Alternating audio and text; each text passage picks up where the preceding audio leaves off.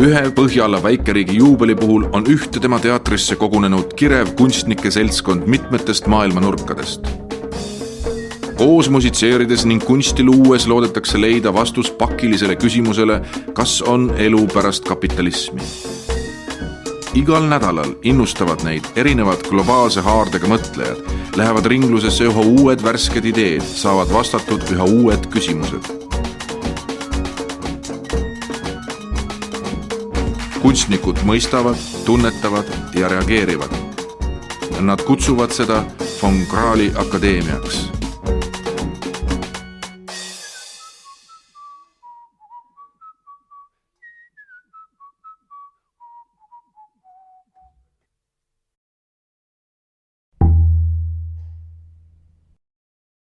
This year in the Democratic primary, there were two candidates, a woman and a black.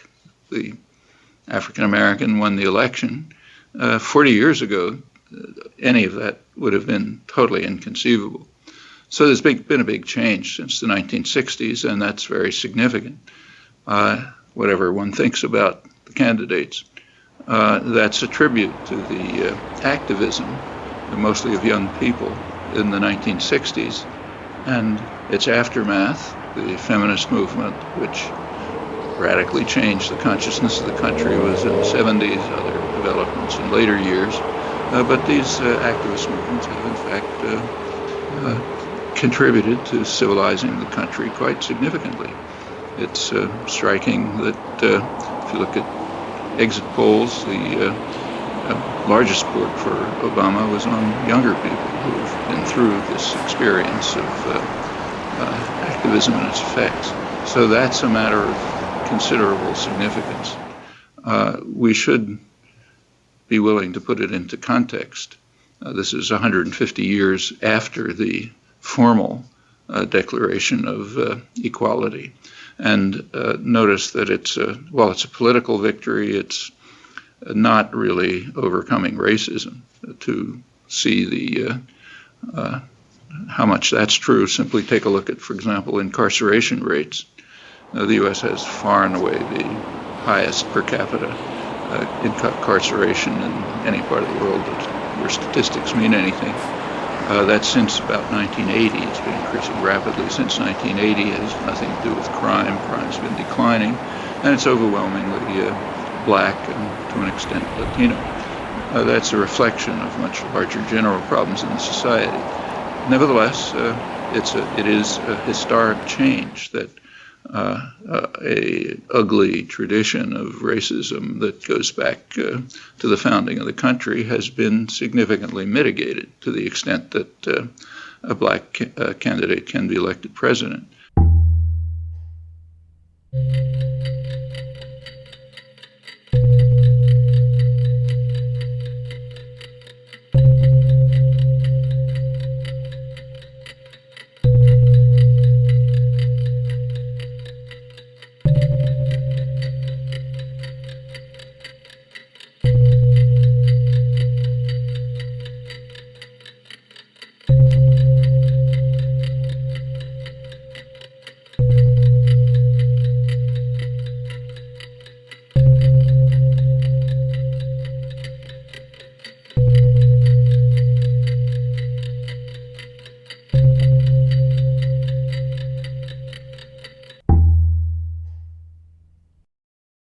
Looking over a longer stretch, the hegemony of the United States in the world system has been declining since the Second World War.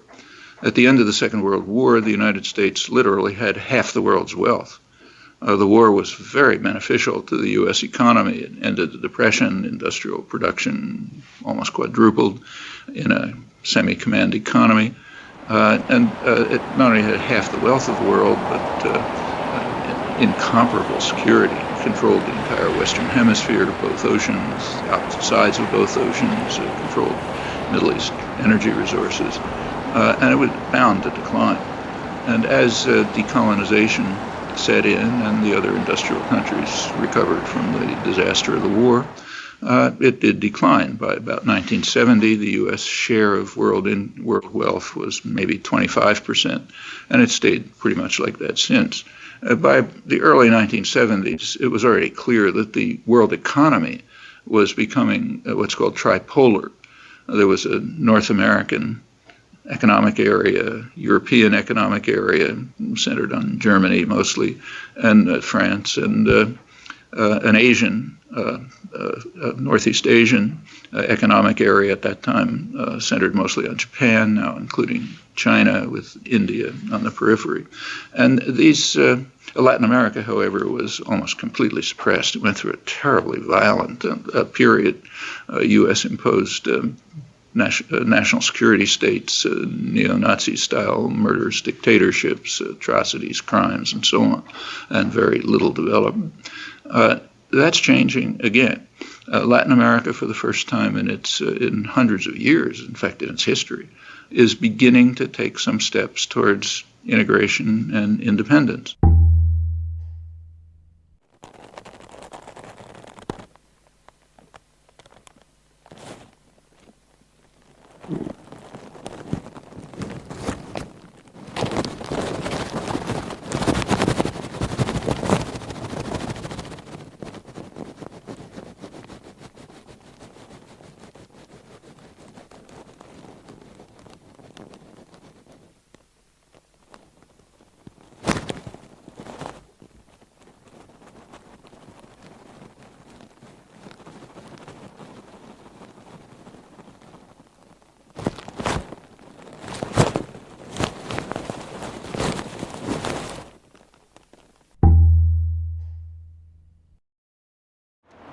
Well, Europe has been slowly moving towards integration, of course, since World War II.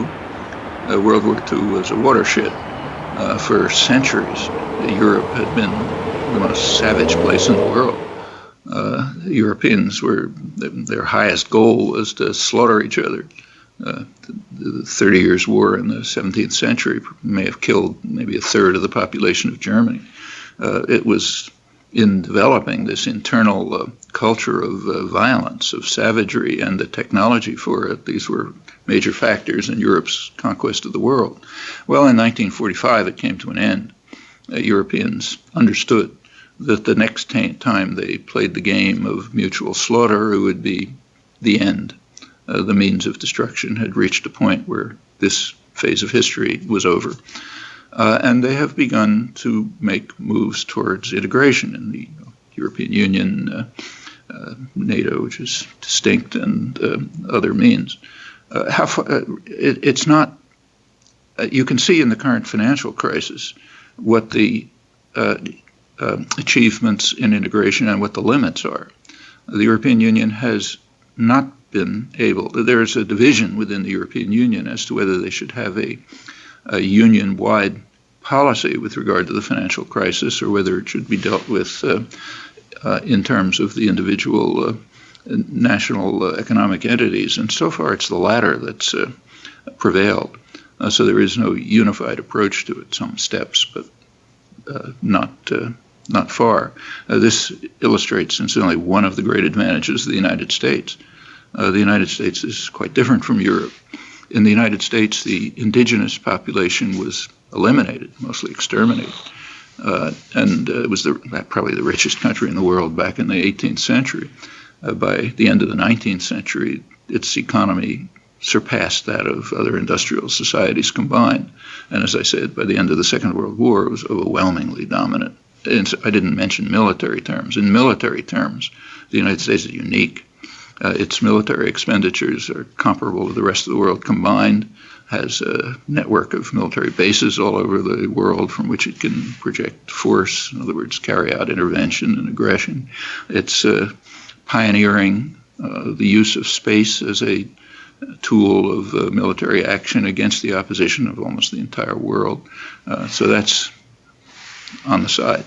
But Europe, one advantage that the United States has as a result of its history is it is a homogeneous entity. So yes, there's a national policy, right or wrong, but at least it's a general policy as to how to deal with the financial crisis. Europe is split on this, and there are other U.S. advantages.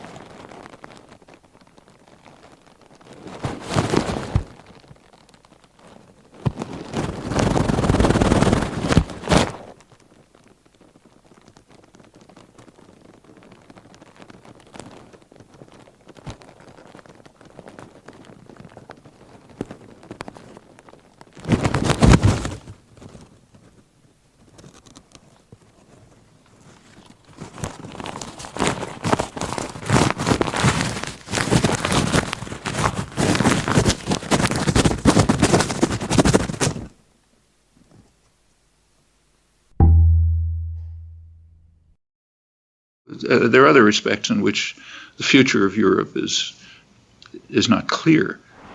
Europe, the United States, since the Second World War, has had an ambivalent attitude towards European unification. On the other hand, it's favored it because it's extremely good for U.S. business interests. If, say, IBM wants to invest in Europe, it's much easier if there's a European common market than if they have to target investment individually for each country with its own rules and so on. So there's been tremendous pressure. That was a large reason part of the reason for the Marshall Plan, to move towards a unification of Europe as a market and as an economic unit. On the other hand, the United States has always been opposed to European unification as a political unit. You go back to the early days of the Cold War, there was considerable concern about what was called a third force. That is, Europe might strike out in an independent direction. Something like, say, de Gaulle's Europe from the Atlantic to the Urals, a force which would be comparable to the United States, in fact, even greater in economic terms, and might become an independent actor in the world. Well, that hasn't happened. In fact, one of the purposes of NATO is to try to prevent it from happening. It's one of the reasons why the United States is so much in favor of adherence of the former Soviet satellites into the European Union and also NATO, is that is expected to dilute the influence of the central components of Europe, Germany and France particularly, and hence make Europe more amenable to U.S. influence. And these tensions will surely increase.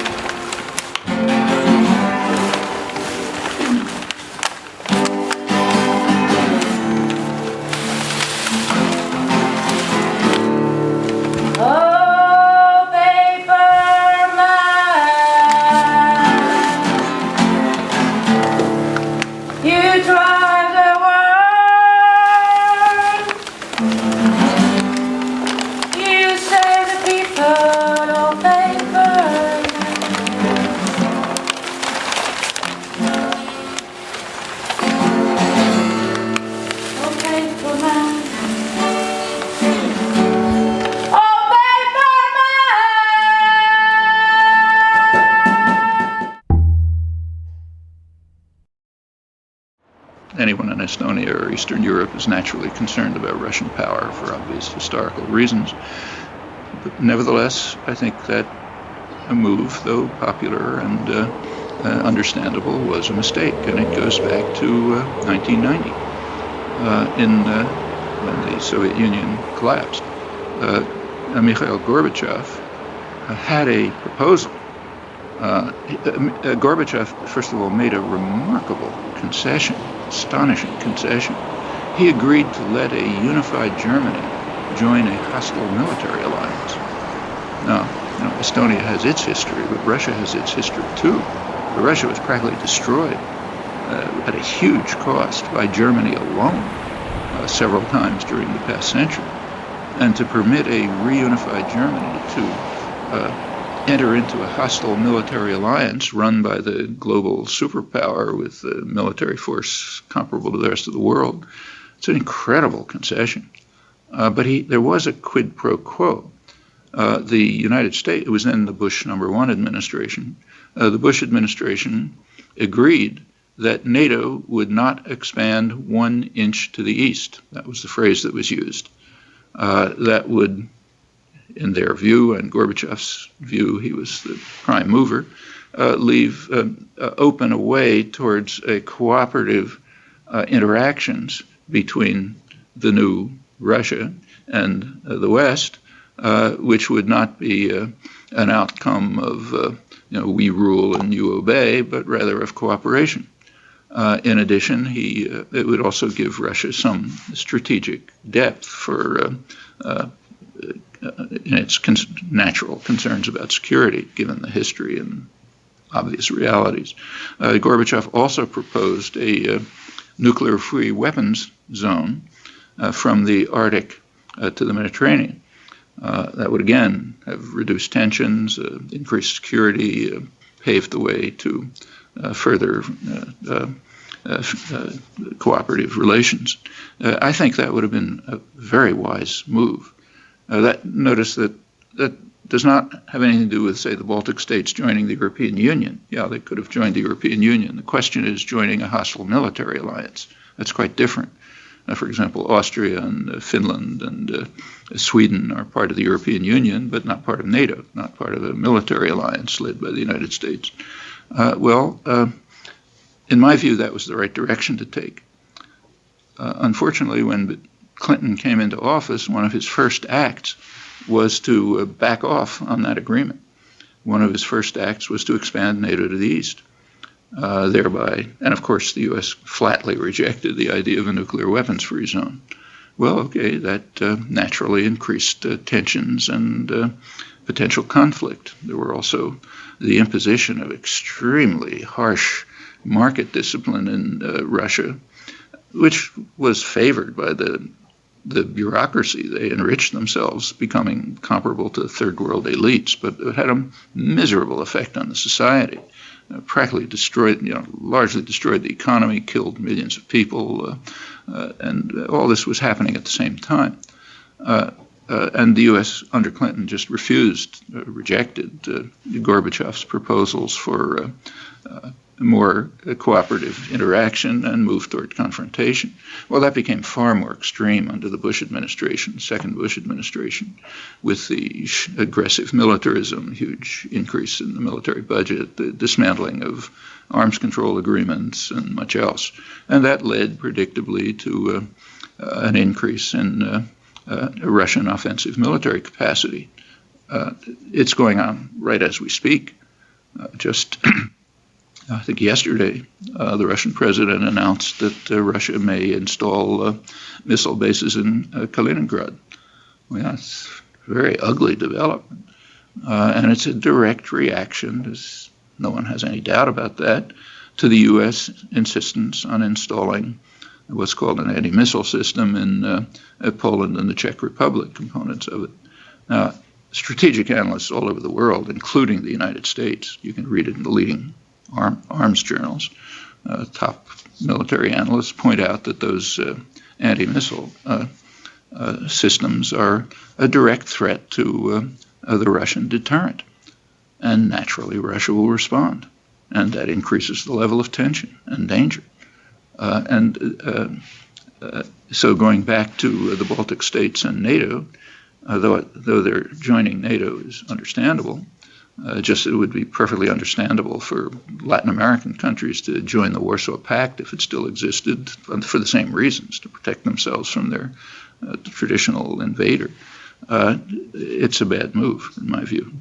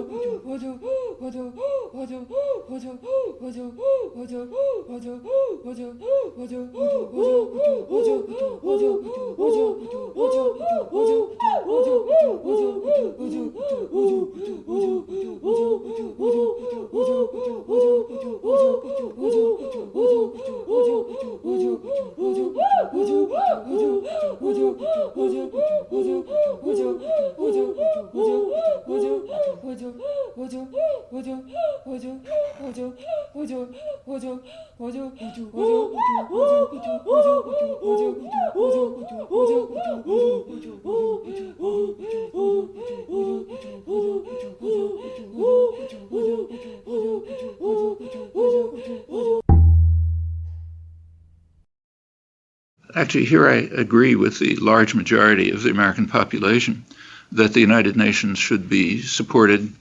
And in fact, I agree with the large majority of Americans that the United Nations should take the lead in international crises, and that other countries, say the United States, should follow the lead of the UN majority. In fact, it may surprise you to know that a majority of Americans, considerable majority, favor abandoning the veto in the United Nations, so that the UN will indeed be a force for dealing with international crises and problems. Now that's happened to a limited extent. The United Nations has been effective in some areas, but it's limited by the United Nations can go only as far as the major powers permit it to go, and that means overwhelmingly the United States. You can see the limits of the United Nations simply in looking at votes. So, for example, just in the last week or two, there have been two major votes in the General Assembly. One vote was on the U.S. embargo on Cuba. The vote was 183 to 3. The three were the United States, Israel votes reflexively with the United States, and Palau, a small Pacific dependency. That's the way it's been for years. The world is overwhelmingly opposed to the embargo, which it's declared to be illegal, plausibly. Latin America is completely opposed. A large majority of Americans are opposed to it, but nevertheless, Washington insists on it, insists on punishing Cuba savagely for its for what was called in the early 60s in the internal record, its successful defiance of U.S. policies going back 150 years. A couple of days later, there was another vote in the General Assembly. I don't remember the exact numbers, but it was an overwhelming vote in favor of restriction on arms sales, cross-border arms sales. There were two countries opposed, the United States and Zimbabwe. Everyone else supported it. A few abstained.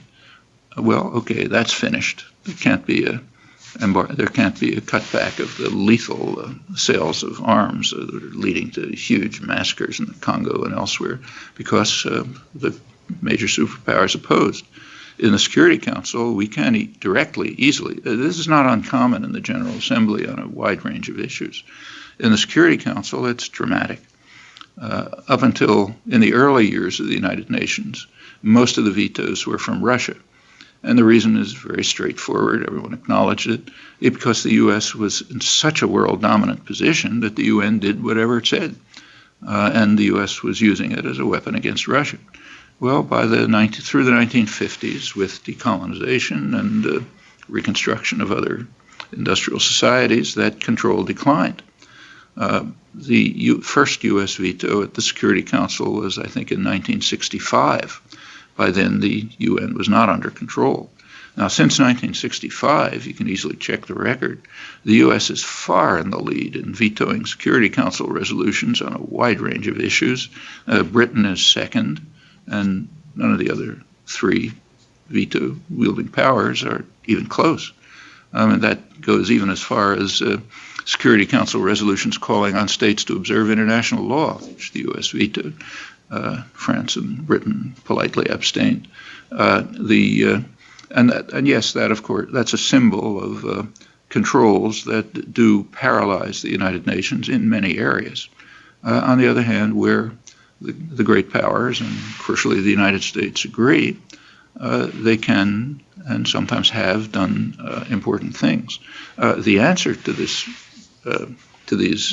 network of problems, in my opinion, is for the United States to become a functioning democracy. By that I mean a country in which, not only in which people vote the way they did yesterday, but in which policy reflects the will of the population. Now, the population in the United States is quite explicit on this. About 95% believe that the government ought to pay attention to popular opinion and object to the fact that it doesn't. About 80% believe that the country is, I'm quoting now, run by a few big interests looking out for themselves, not for the benefit of the population. And in fact, there's a very substantial divide in the United States between public opinion and public policy. It's true on international, it's true on the United Nations, as I mentioned, it's true on international affairs, it's true on domestic affairs.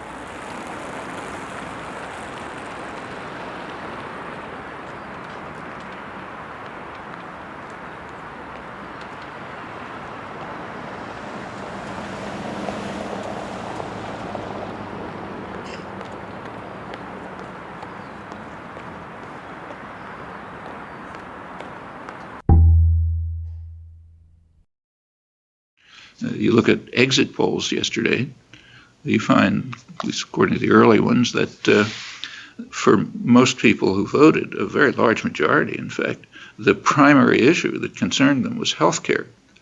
That's been true for a long time, and it's not surprising. The U.S. has the only privatized healthcare system among major countries, and it's also the most inefficient and with the worst outcomes.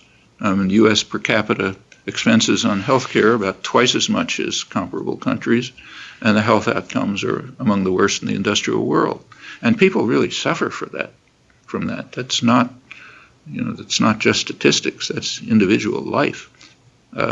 Healthcare is basically rationed by wealth, and that's extremely cruel. And people suffer from it and don't like it. And for decades, people have favored a national healthcare system, but it's simply been off the agenda. It's been described as politically impossible. It's interesting and tells you a lot about American democracy that in 2008, it's a little different. In 2008, the Democratic candidates, first John Edwards and then later Hillary Clinton and Barack Obama, all proposed complicated health care plans which begin to approach what the large majority of the population wants, national health care. They don't reach it, but they at least approach it. In 2004, nobody even mentioned it. So what happened between 2004 and 2008? No change in public opinion. That remains the same. But there is a change in concentrated power. Manufacturing industry, which is, of course, a big component of U.S. power, is being seriously harmed by the highly inefficient privatized healthcare system and wants it changed so that they can compete better with, say, Canada. Okay, when a large sector of the people, the owners of the society, in effect, change their position, then it becomes politically possible. But this is only one example. It's important because it's so significant to people of a substantial divide between public opinion and public policy.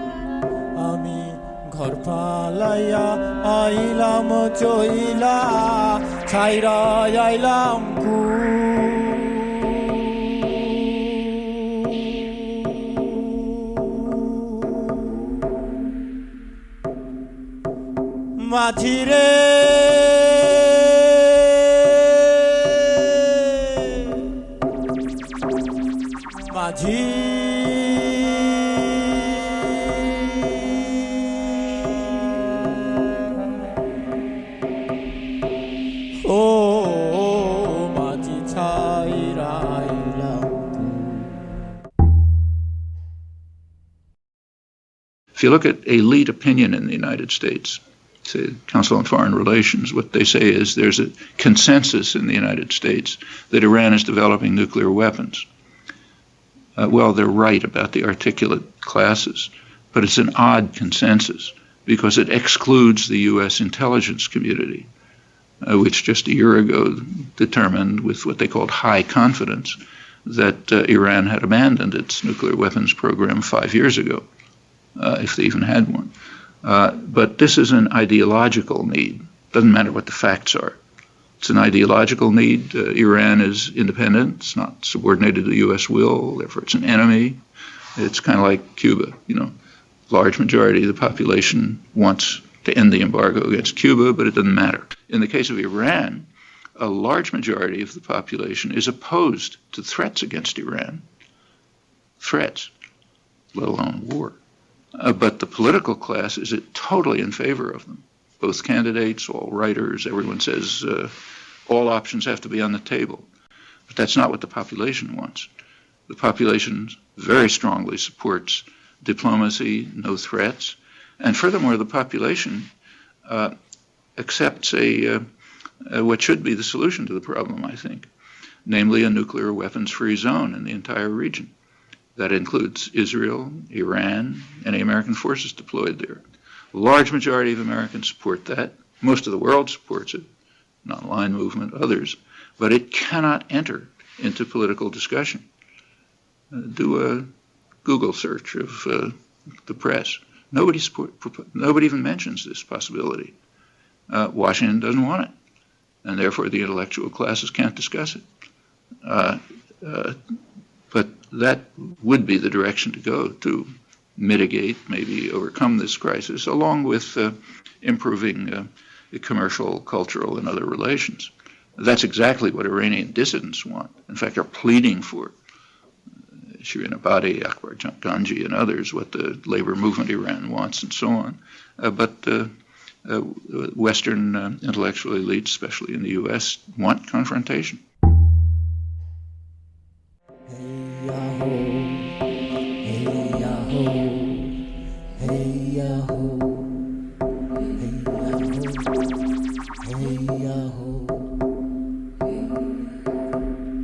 Hey Yahoo, hey Yahoo,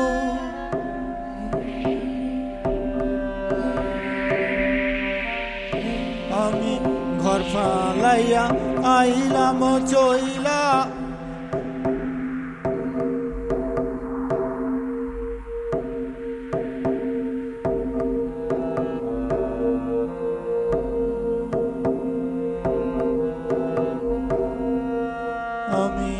ঘর ফালাইয়া আইলাম চইলা ছাইরা আইলাম কু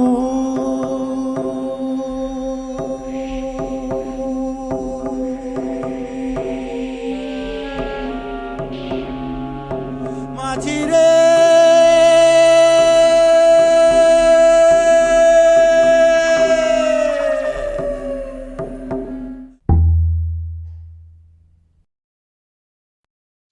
Well, there are two problems that simply stand out because they reach as far as extinction of the species. One of them is nuclear war. It's always imminent. It's a miracle that we haven't had a nuclear war since 1945. It's become very close many times, and just by miraculously didn't happen. And those dangers are getting worse. The examples that I mentioned, the missile bases and so on, they're exacerbating the problem. And we know how to solve it. There is a way to solve it, unlike other problems, namely live up to the terms of the Non-Proliferation Treaty, which require the nuclear states to take good faith measures to negotiate an end to nuclear weapons. And that's supported by quite powerful voices. I mean, Henry Kissinger, former Secretary of State George Shultz, Robert McNamara, Secretary of Defense, many others, have pointed out that unless we eliminate nuclear weapons, as we're legally required to do, there may not be a future to talk about. That's one. The other is ecological disaster. I mean, what's called conservative opinion, I don't think the term should be used, is opposed to doing anything serious to deal with a coming enormous crisis, very serious crisis. The world may be hitting a tipping point on this where you can't do much. There's an overwhelming scientific consensus, but the editors of the Wall Street Journal and similar segments don't think we should do anything about it. In their view, short-term profit for their friends is much more important than whether their grandchildren have a world to live in. Okay, they have various other excuses, but that's basically what it comes down to. That's a huge problem, and we have to do something about it now. The longer it's not imminent like nuclear war. That's ends everything, but we're at a point where the longer we delay, the worse it's going to be for our grandchildren and for poor people over the world who are the ones who are going to suffer most.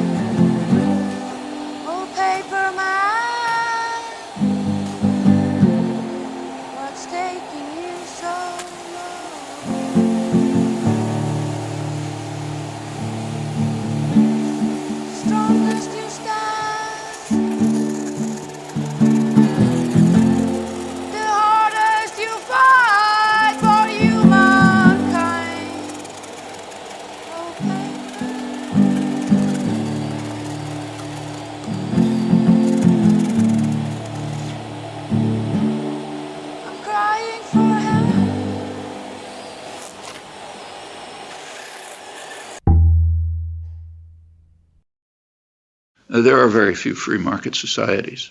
The United States, for example, is very far from a free market society.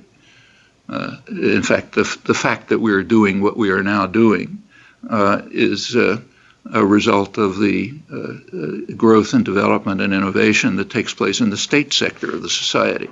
It's within the dynamic state sector of the society that we find in the United States and other countries too, in which we find most of the innovation and development, say computers, the internet, lasers, microelectronics, biotechnology, aircraft, just run across the list.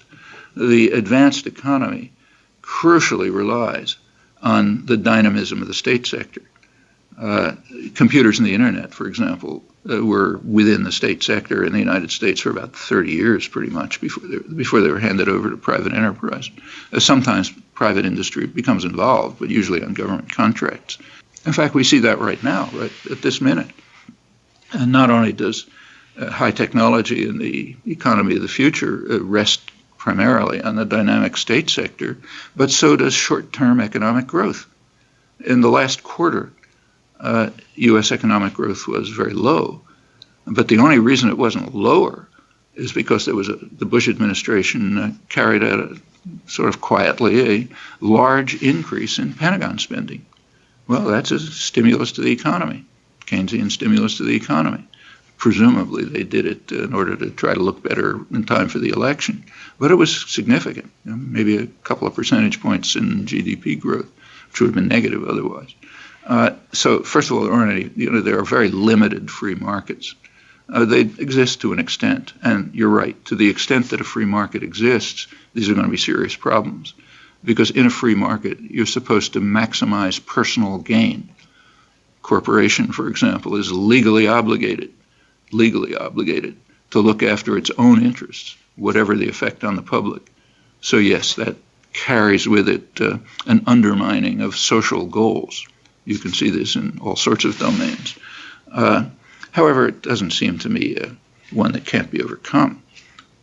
There can be regulation, intervention. Corporations can be democratized. They can be taken over by their workforce and communities. There's no rule that you have to have totalitarian institutions. And corporations are about as totalitarian as any human institution that's been devised. So yes, it's a problem, but it can be overcome by popular efforts.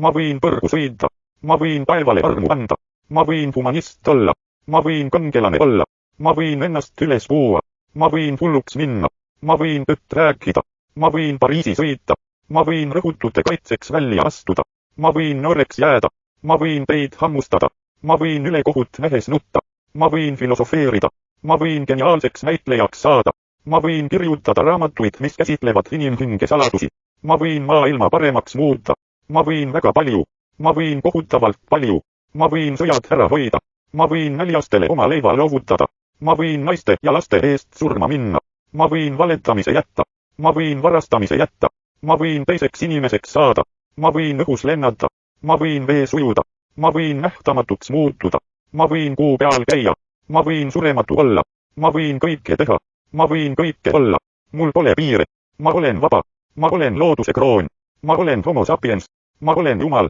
ma olen kosmos, ma olen inimene, ma olen, ma võin, ma võin, ma võin, ma võin, ma võin, ma võin.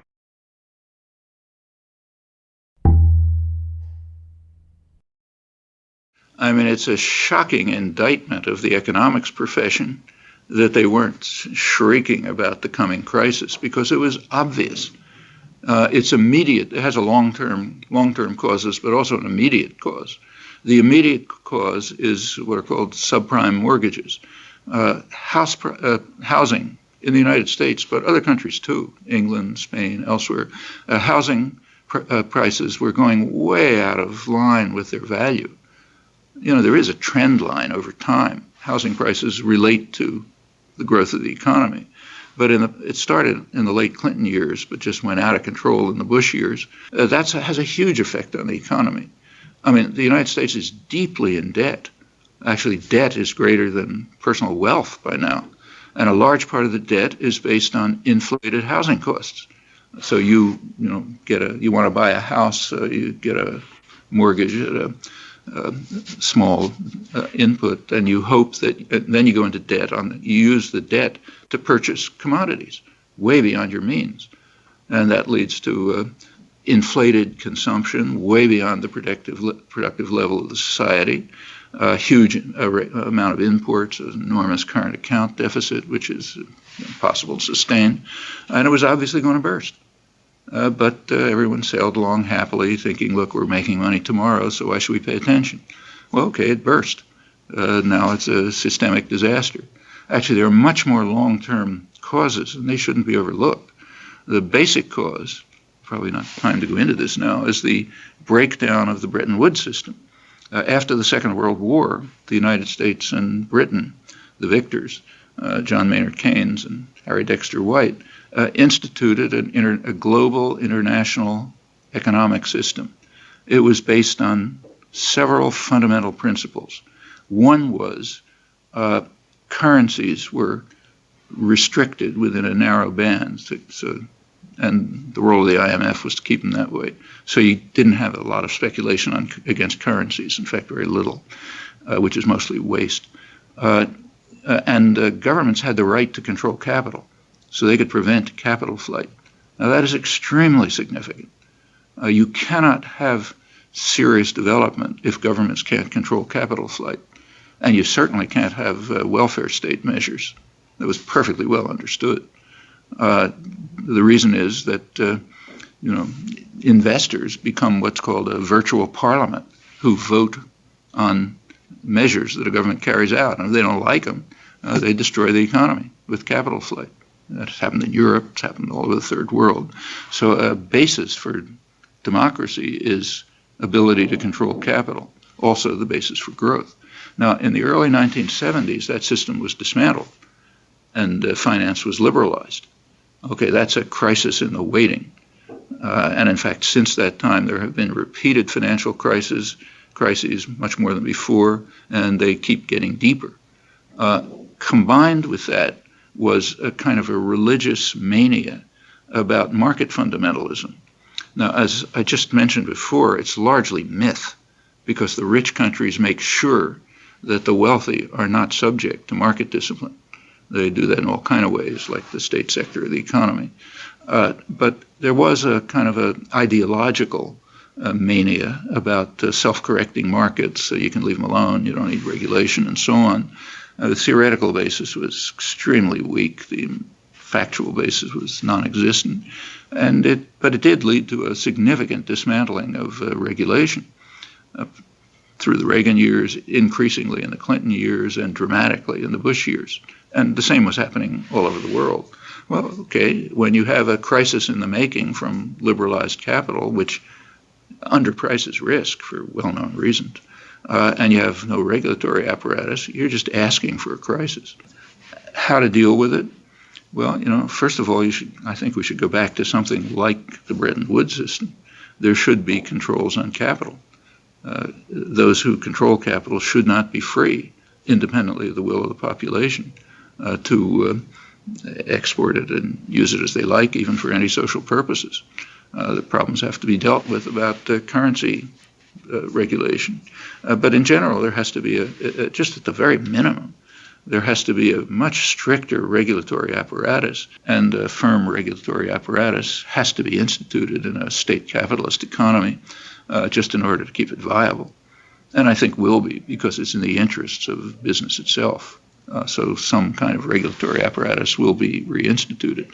Now, in a more democratic society, a bank bailout, like Paulson's $700 billion bailout, would be combined with public control over what the banks do. In a less democratic society like that of the United States, there's no public control. So what's turning out is pretty much what economist Joseph Stiglitz predicted, Nobel laureate. He pointed out about the Paulson bailout that we can pour money in, but they'll pour money out into their own pockets unless we have a veto power, that is public control. Well, the ideology of, the doctrine of the business-run society is you can't have that. And it's just laying the basis for new crises.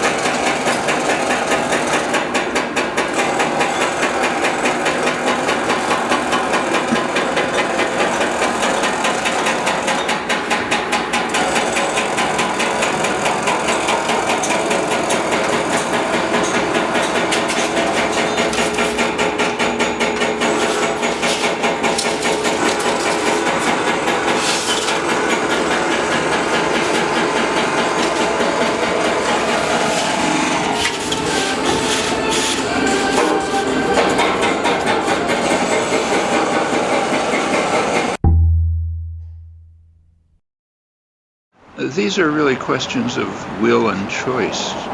These matters are not determined. So take just the United States. The 1920s were very much like the last 8 years, the Bush years.